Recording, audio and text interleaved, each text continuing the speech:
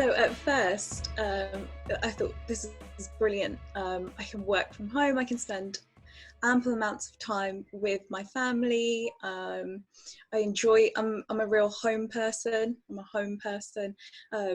So being at home is like the best for me. I was cooking lots. I was baking lots. Just being at home, just in my element. That was at the very, very beginning.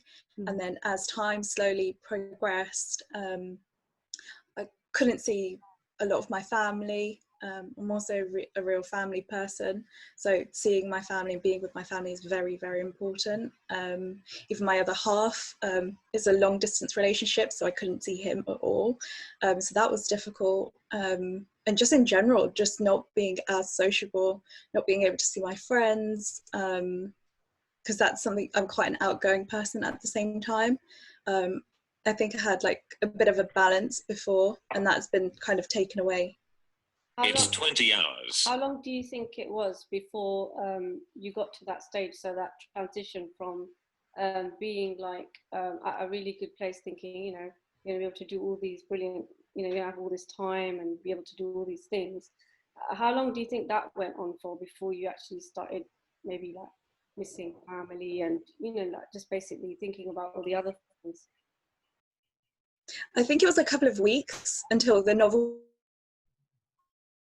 really wore off me, and it as soon as it wore off, it was a real hard facing, like, oh my god, I actually can't do this. It's not that I'm choosing not to now, because before lockdown we make these decisions for ourselves, right? We're like, okay, I don't want to do this, I don't want to go out on this day, I don't want to do this. And now after that, you know, those first few weeks, it was very much like, oh, okay, well, I don't have that control anymore, and that's the hardest part, I think. It's so true. And it's actually really interesting, like, to hear a different perspective, because I was like the other way. So I was like fully anxious, really like just sort of thinking about the sort of, oh my goodness, like what's going to happen, and what if someone in the family gets unwell, oh my goodness, like what if so many people die. And you know, it was just that sort of anxiety levels were really high. And I think it was like because of the way that the media was reporting it as well. And I noticed, I don't know if anybody else found that at the beginning of this pandemic, that I was just watching the news so much. And there was all these WhatsApp messages and these groups, and it just seemed like a really scaremongering kind of like period. Definitely. I don't know if anybody relates to that, but yeah, I think I definitely had that for the first at least 2 weeks. Yeah, I admit to watching the news continuously as well, like every day at least, and just, you know, listening to, you know, how many people are infected, and, you know, what the new advice is and what we should and shouldn't do. And it almost felt like really surreal that we were having to stay at home basically, and yeah, just it's difficult to imagine anything else like this than ever before. You know, just the feelings that you have of, just brings about stress that, oh no, what's going to happen, what's not going to happen, and just dealing with those is not easy. But I found family and friends, you know, the close family friends have been really helpful. And for example, we've done birthday parties, and we've done like group quizzes, and group movie nights and stuff over, you know, video calling. So it's been really nice to connect that way. It just helps overcome that feeling of loneliness. Sometimes you feel like, oh no, when I'm going to see my family again. And the other thing for me has been, we go to Gurdwara at least once or twice a week. So, and when they said, oh no, the Gurdwaras, they have to close as well, I thought, oh no, it's like, what we're going to do now. It's a Sangat, and you get the opportunity to do Seva, and it's a very special place where you connect with friends, and you have events and stuff. And it was like, oh, you know, that was a real like down point. But again, you know, social media has been really great. There've been like live keeping the bonds, and there've been people who have done Qatar, and a lot of things happening, and it's nice to enjoy that, because we've got time, or I have anyway, just to be at home and off work, to connect with family, and it's been really nice as well. So it's a bit of a positive side to lockdown. Yeah, I would agree. I think so. My journey's kind of been, it's been a bit of a roller coaster. So when it first happened, I really embraced it. I'm a bit of an introvert naturally, so I quite liked the fact that I didn't have to go out and see anyone or do anything, and the kids were there. But then that kind of wears off after a bit. So I too was over consuming social media, all these constant reports, and it was constantly in my mind. So I just turned off all the notifications, and I'm still in that place because I figure if something important happens, I will get to know about it. But I found I've got so much more clarity when I stopped listening to all of these reports. So that's one thing that started to get me down. The other thing is I do like my space. So as nice as it was at the beginning to have all this family time, I was really missing that time to myself, because normally I'd take the kids to school, and then, you know, whether I'm doing work, like my own work, or whether I'm doing housework or whatever it is, I get to spend a lot of time by myself and reflect, and I was not having that anymore, and I felt like that took its toll. So for me, it was really setting those boundaries, and you know, luckily the children are a bit older, so at the end of homeschool, I was able to say, okay, you guys go play, and then I'm going to have like an hour to myself upstairs. So that was really good. And it's almost like there was this social, I know it's called social isolation, but I felt like I took that quite literally, and I literally isolated myself from everyone. And I think, like you're saying, Sangat, that really took its toll on me as well. And as lovely as my children and my husband are, it's like sometimes you need, you know, other female company, you know, people to reflect with, whatever it is. So that was another thing that I felt after a few weeks. I need to reach out a little bit more and kind of start talking to other people. And so it's become quite nice. So like almost every evening I've got someone who I can talk to, and either they're helping me or I'm helping them. So that was really nice. Yeah, and it's at the point where I know it's starting to go back to normal, so I'm slightly missing the fact, even though it hasn't happened yet, that things are going to go back to normal. But at the same time, you know, I kind of want that bit of time for myself back, and I want, you know, things like the Gurdwara opening is so important for so many people, and I know there's so many people out there who are suffering because they're at home, and we're really blessed that we, you know, there's no abuse in the home or anything like that. So I really feel like, you know, it's a good sign if things do start to get back to normal. But at the same time, it's nice having that slower pace of life. So I don't know about how everybody feels about that kind of the change of pace, because I know I was super busy before. Absolutely, really slowing down, yeah. Yeah, I can relate to the, you know, slower pace, and I think I appreciate that. And it was almost feels like you're a different person, because you're not in that same routine again, and you have obviously more time to do stuff. And I had a bunch of things to do, and I managed to get them done. I love studying as well, and I managed to get that done. Having time to myself, that's been really nice.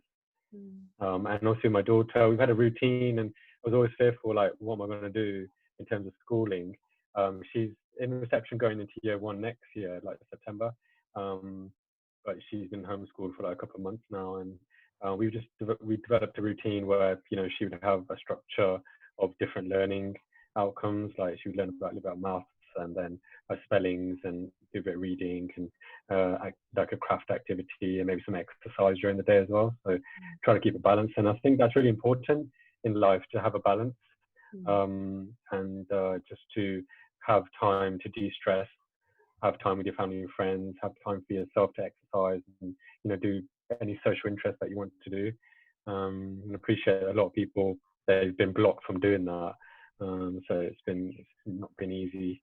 But I think for myself, how I handled it was I developed a routine which I stick to. Maybe I have some issue that I can't change my routine, but I think it helps me just, particularly at the beginning of the day, just to get set up for the day, where, you know, I obviously have a shower, and then I just breathe, just for like a minute to myself, just to count the breath in, then hold, then out. And I think that really helps just to ground myself and just to be more connected with Earth, basically, and just in the frame of mind where I can take things in my stride and not stress straight away. And then I look at my commitments long term and what I need to do during the day, and then I might do some exercise, or I do actually exercise and yoga, which really helps. And then I just do some Simran, really meditation, just to refocus and connect with Guru. And yeah, so I found the routines really helped. Even though you haven't got a routine, if you're trying to make a routine. I think it's so interesting what you say about balance. I think during this time, one thing that I've realized is that variety has been that variety is so important to me in terms of what I do, who I associate with. I think just doing one thing for too long, or being around maybe one person for too long, just isn't a healthy way, I think, to live. I think that's something that I've learned, that actually, like sometimes we say, oh, we're so busy, we're doing this, we're doing that, but actually sometimes it can be healthy to be doing these different things, because it just basically just changes the way that you think, you feel. It has this like domino effect on your mood. I think I really it's like the quote where they say, if nothing changes, nothing changes.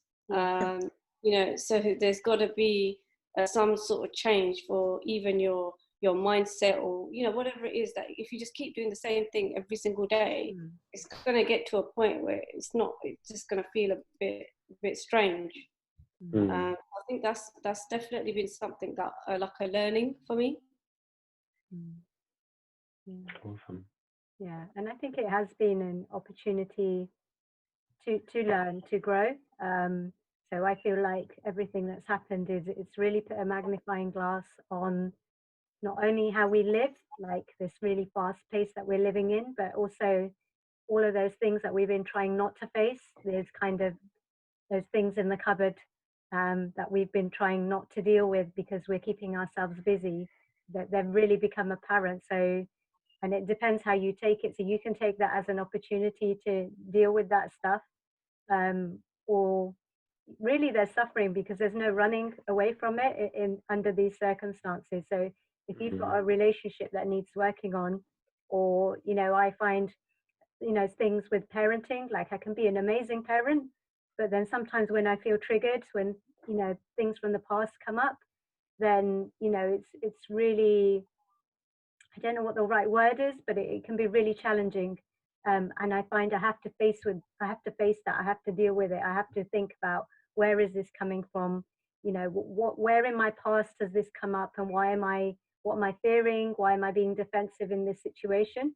So it's been really difficult and challenging to deal with those things that are coming up, but it's been really nice that I had that opportunity to actually deal with that stuff, because otherwise we just keep running, don't we?